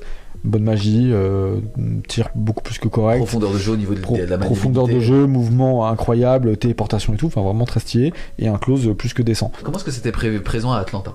Bah c'était présent, et surtout avant Atlanta, tout le monde pensait que les Ratling allaient rouler sur le tournoi, et qu'on allait avoir une énorme frustration, et que ça allait être la guerre Tzeentch contre Ratling pour voir qui allait gagner. Ça s'est pas du tout passé comme ça, les Skaven ont beaucoup pédalé sur le tournoi. Je pense que l'armée est quand même jeune, très compliquée à jouer. Les Ratling c'est fort, mais c'est pas si simple que ça à protéger, à jouer, etc. Maintenant c'est complètement stupide, donc c'est très bien que ça prenne un nerf. Ça met un volume de tir qui est indécent, qui n'aurait même je pense jamais dû exister.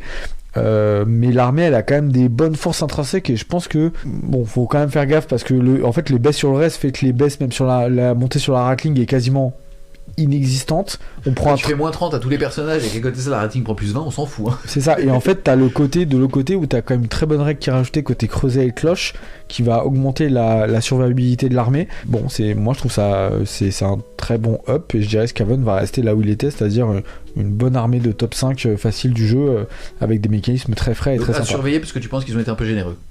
Un peu trop, ouais. Ok, on passe maintenant du côté des Slave to Darkness, donc des esclaves des ténèbres. On n'a pas fait la review justement suite au nouveau Battle Tome.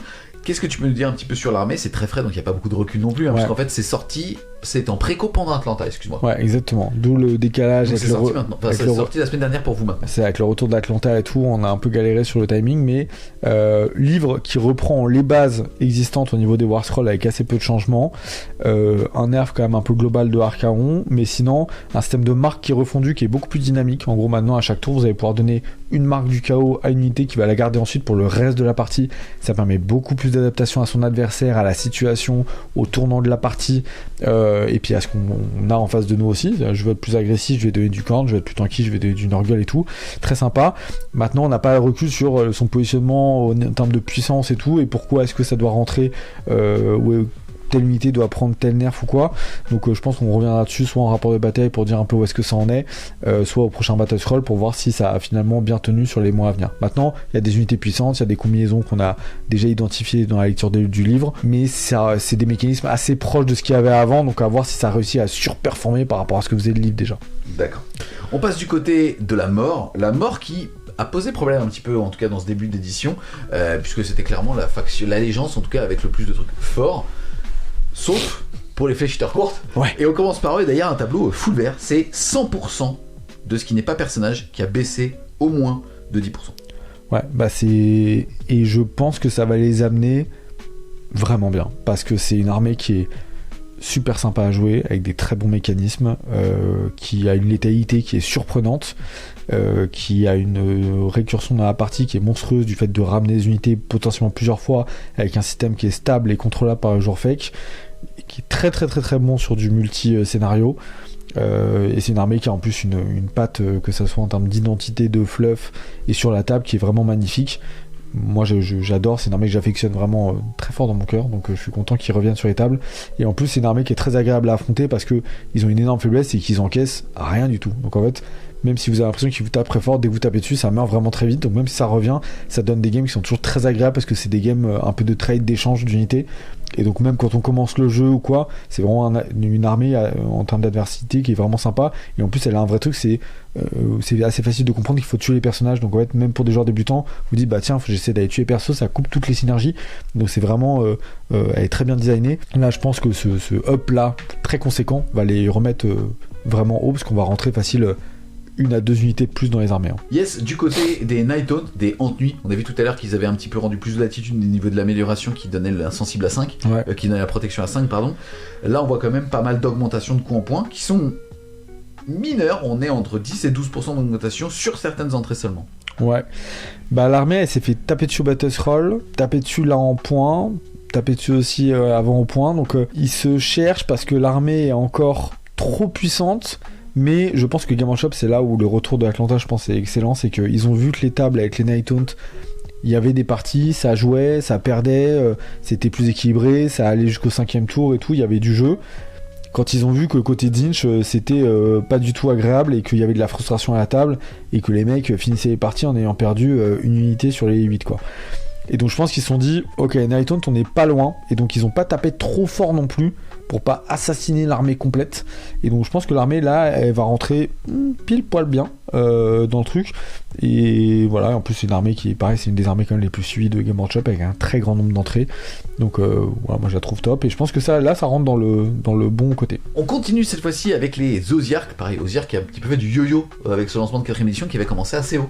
Ouais, mais qui a terminé assez haut avec Atlanta, en finissant quand même en finale avec une liste assez originale. Donc comme quoi il y avait un peu plus de profondeur dans l'armée que ce qu'on pensait. Ça a fini en 2 tours, mais ça a été en finale. Voilà, ça aura dû durer plus longtemps. Il y a le côté où on pensait qu'il n'y avait que 2 listes, le côté Katakros avec des blocs, et puis le côté Nagash cavalerie. Il s'est avéré que le livre a un peu plus de profondeur que ça. Là on tape un petit peu dans les unités très intéressantes du bouquin. Katakros qui est aussi moteur quand même un peu de frustration. Je pense qu'il faudrait une refonte un peu plus complète du modèle pour l'orienter d'une autre manière. Là le vol de CP, le plus un save et tout ça, je suis pas sûr que cette hausse d'empoint change quelque chose. Je pense que c'est un peu plus profond que ça. Je pense que même en remettant une couche de points, je pense qu'on pourra continuer à le jouer. La Terratic, c'est une excellente unité qui était un peu camouflée, donc c'est un ajustement assez pixel de Game Workshop. Nagash qui prend tarif, c'est bien fait pour lui, parce que la liste n'était pas méga intéressante, surtout à affronter, je pense. Et puis même, je pense que c'est pas le genre de liste que recherche Game Workshop dans son jeu, donc c'est bien de casser le spam, et ça va avec les Death Riders qui sont juste derrière, qui prennent également la petite claque derrière le museau. 10%, ouais. C'était la meilleure unité à rentrer dans toutes les listes, elle était partout, donc forcément elle prend sa claque. Yes.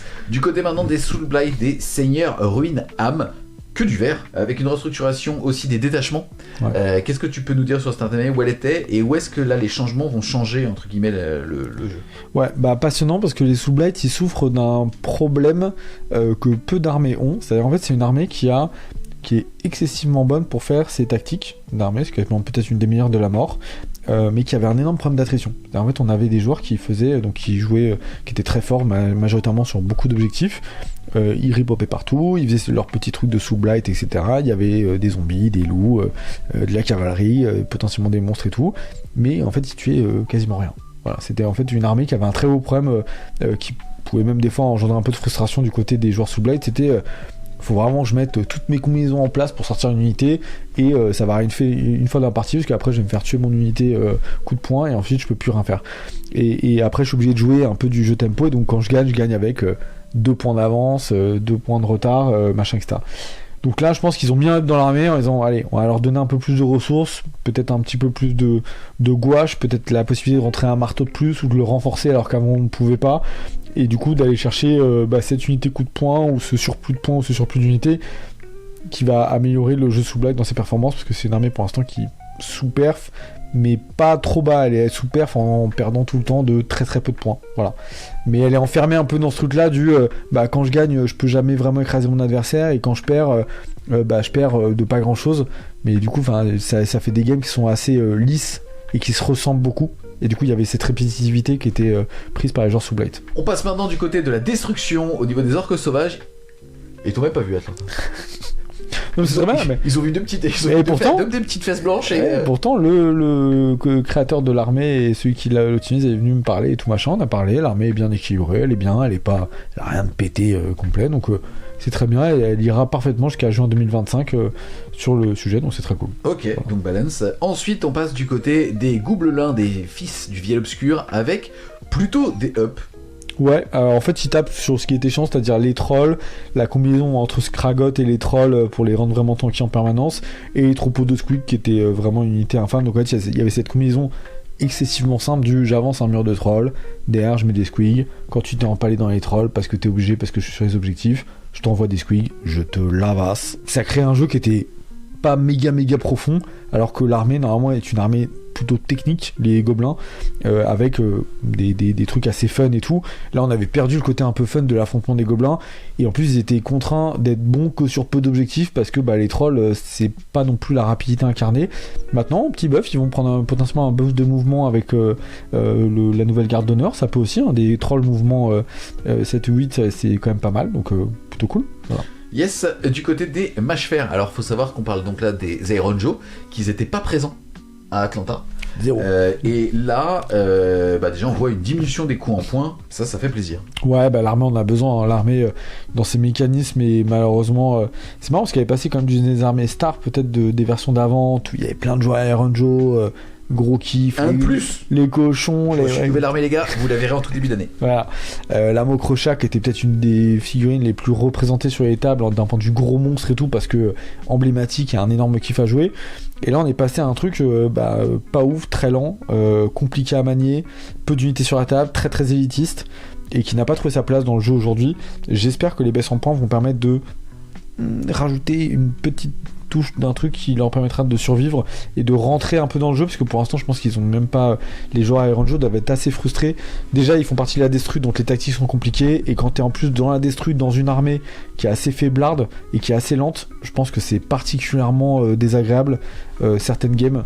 Voilà, j'ose pas imaginer les games qu'il y a dû avoir 10 inch à Iron Joe, ça devait être d'une beauté absolue. Du côté maintenant des Cruel Boy, qu'est-ce que tu peux nous dire? Pareil, que des changements de structure au niveau des petits personnages, et aussi une diminution globale des coups en points. Ouais, très bonne armée, ça fait quand même top 4 à Atlanta, manié par Benji, donc bien joué à lui. Excessivement bonne armée, très technique, et à affronter et à jouer, qui est spécialisé plutôt dans le cut de tactique et de prendre des primaires, avec une attrition qui peut être très forte, mais qui est basée sur les mortels. C'est une armée qui a assez peu de rend, donc elle est très spécialisée dans le type de dommages qu'elle fait également. Elle peut être tanky, mais elle est surtout fragile.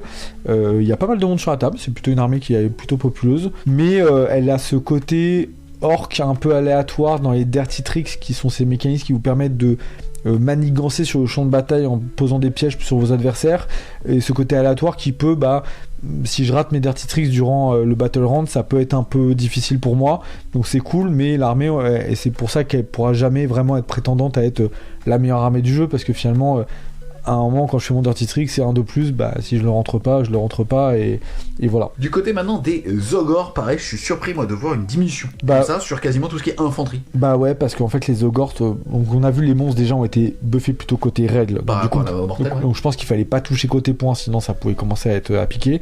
Là du coup ce qui est intéressant, c'est que les Zogors, tout le monde s'est dit, quand la version arrivait, c'est complètement pété, ils vont raser tout le monde et tout. En fait, pas du tout. Les mecs ont pas fait un résultat, ça a pédalé pas mal.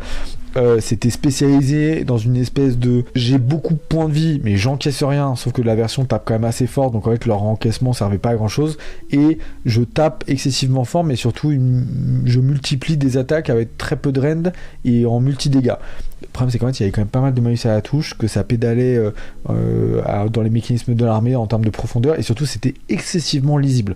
C'est-à-dire que dans la version où il y a pas mal d'échanges, il y a un peu des tricks dans tous les sens, tout le monde essaye de jouer en essayant d'empêcher son adversaire de faire les choses. The Gore, tu regardais aller, tu dis bon bah tu peux aller de là à là, tu peux me charger que ça, il n'y a pas de gameplay qui ressort de ce truc-là, c'était que de l'infanterie basique à pied sans aucune profondeur. C'était assez chiant à jouer et même pas forcément méga intéressant à affronter. C'était surtout des stat checks. Est-ce que je peux sortir un pâté de 12 glutons? Oui, bon bah je vais te raser et voilà. Donc pas super intéressant. On passe maintenant du côté des fils de Behemoth. Seulement une modification du coup en point au niveau des mangeurs d'hommes, c'est-à-dire des petits. Ils sont maintenant harmonisés, ils sont à 130 points, que tu te les prennes par 3 ou par 4. Ouais. 130 points. Ok. C'est intéressant parce que c'est dur à lire en fait ce genre de... Ça peut paraître bête parce qu'il y a peu de modèles, mais en gros on se rend compte de passer de 3 ou 4 gros à 2 à 3 petits, bah ça change clairement de toute façon la lecture d'une liste et certains scénarios qui avant étaient pas jouables deviennent complètement pétés. Là on commence à faire des listes tous les deux et on se rend compte qu'on est capable de mettre 3 gros d'Ombrod plus 4 petits.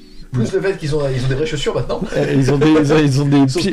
Ils ont des pieds dans ta bouche, genre fort. C'est marrant parce qu'on n'est pas en train de passer justement, tu sais, le.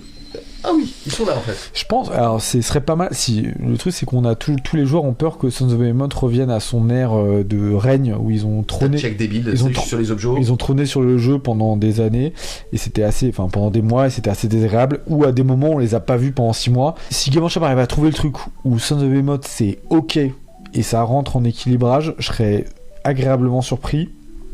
Là, le buff de dégâts sur tout le monde, sur tous les attaques de pied, et le fait qu'on rentre une liste qui est quand même plutôt bien composée avec 3 gros, 4 petits, ça fait quand même du monde sur table. Hein. Ça permet plus de stabilité dans les tactiques, de moins ouvrir les gros, mais de jouer avec les petits au début pour garder les gros à partir, on va dire, du fin de T2, début de T3, et donc de normalement tenir le long de la partie. Donc j'en ai pas joué encore en V4 en tournoi, donc on fera peut-être une partie ensemble pour voir aussi ce que ça donne, mais ça peut être très cool. On a fait le tour, les amis, de toutes les factions. Il nous reste à voir certains régiments de renom. Donc c'est soit la capacité d'aller chercher des alliés avec certaines unités, ou alors tout simplement d'avoir des détachements dans les détachements. Ouais, très cool. Alors c'est un truc qui a été beaucoup plus utilisé que peut-être Game Workshop le pensait, parce qu'il y en a des très sympas, notamment si vous voulez jouer une armée et avoir effectivement un allié par exemple dans le chaos mais d'une autre faction et tout, c'est quand même très cool. Genre je joue Slanesh et je peux prendre des mecs de Nurgle avec moi, ça fait une petite thématique. D'un point de vue figurine, ça peut être hyper cool en termes d'esthétique. Voilà. Et puis il y en avait qui étaient des espèces de bandes de personnages avec des escortes un peu mercenaires et tout machin, ultra charismatiques, très stylés, avec des figurines de psychopathes qui venaient de différents jeux Game Workshop aussi, pas forcément directement de AOS. Et les stars incontestées de cette version étaient Kali Sentol, donc la bande le régiment de renom qui venait de City of Sigmar, qui était composé globalement de répurgateurs avec leur bande de Sigmarites qui les accompagnaient et tout. Globalement, ils étaient complètement pétés et ils pouvaient être pris par n'importe quelle armée de l'ordre. Et ils étaient globalement beaucoup pris par les armées de l'ordre parce que c'était vraiment très très très très très très fort. Là, ils ont pris 40 points dans la tête. Ça fait plaisir, ils vont rentrer dans le rang, on les prendra beaucoup moins, on prendra plus, et en plus il y en a d'autres, hein. Il y a Niv aussi, Black Talent qui est une excellente régiment de renom, donc il y aura un peu plus de concurrence, et je pense que Kali Sentol, pour tous ceux qui l'ont acheté, on vous a vu, parce que c'est en rupture de stock CGW, et malgré ça, à 270 points, ça se joue toujours, parce que c'était vraiment excessivement fort pour le coup en points avant, maintenant c'est ok. On a fait le tour de tout ça.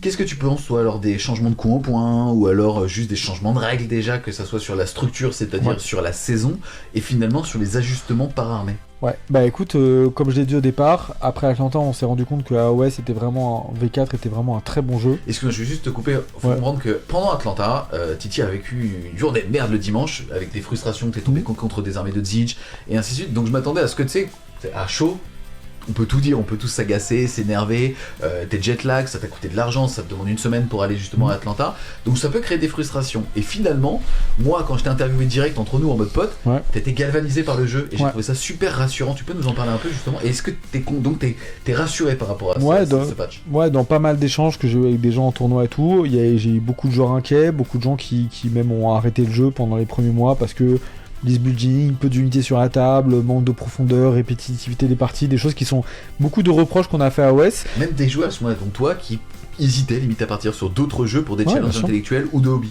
Ouais, c'est clair, et donc je me suis dit la quintessence d'un jeu, tu vas la tester face aux joueurs qui ont le plus poncé le truc et qui vont rentrer dans tous les glitches possibles de création de listes, de puissance de l'armée, de mécanismes, d'abus de choses, ce genre de choses.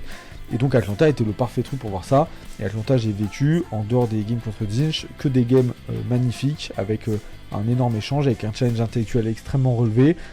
Oui, des trucs d'équilibrage avec des unités qui étaient un peu trop fortes et tout, mais rien qui ne pouvait pas être modifié par un Battle Roll. J'ai été excessivement motivé pour ma saison 2025 et essayer d'aller en équipe de France, défendre les couleurs de la France aux Worlds, etc. Donc il y a un vrai truc à faire, c'est un jeu exceptionnel, qui dans ses mécanismes de partage autour de la table sont vraiment sympas, que ce soit en termes de communication avec son adversaire, mais aussi de réflexion intellectuelle pendant le tour de l'autre, etc. C'est un jeu qui est excessivement dynamique. Beaucoup plus que peut être 40k, mais il a d'autres faiblesses qu'on pense 40k, donc c'est super intéressant. Et oui, on peut faire une game avec 7 unités de chaque côté pendant 3 heures et se retourner le cerveau et se faire plaisir, et ça c'est vraiment très bon. Et maintenant, avec ce Battle Roll, moi ce que je trouve c'est qu'il est bien tapé, il tape sur différents angles, c'est-à-dire jeu de base, les armées par grande allégeance et par armée spécifique qui en avait besoin, unités qui étaient peu jouées sur les points, tapage sur les armées qui étaient mal équilibrées, soit orientées dans un système ou quoi. Et donc on espère que la saison, entre guillemets, on va dire janvier, peut-être jusqu'à juin, ou s'il y a un patch entre temps, mais en tout cas au moins jusqu'à juin, donc on va dire jusqu'au champion du monde, elle est relancée, reboostée, avec plein de nouveaux mécanismes à découvrir. C'est super cool. Et puis pour les gens qui voudraient rester dans les mises à jour, entre guillemets, qui sont très régulières, le AOS V4 de manière générale est déjà excellent, et donc vous pouvez prendre le temps de petit à petit vous adapter aux nouveaux changements. Et bien écoute, en tout cas un grand merci à toi justement d'être venu nous présenter ce nouveau Battle Scroll, donc ce nouveau patch d'équilibrage pour Warhammer Age of Sigmar 4ème édition. Les amis, on espère clairement que vous aurez aimé cette vidéo. Si c'est le cas, n'hésitez pas à mettre un gros pouce bleu dessus, à la commenter, à la partager. Si vous voulez soutenir French War Game Studio, et les amis, clairement on a besoin de vous en cette fin d'année avec tout qui augmente. On sait pas trop comment tout ça va évoluer, donc n'hésitez pas à aller faire un tour sur notre Tipeee, le lien sera en description, et nous on vous dit à plus les Wargamers.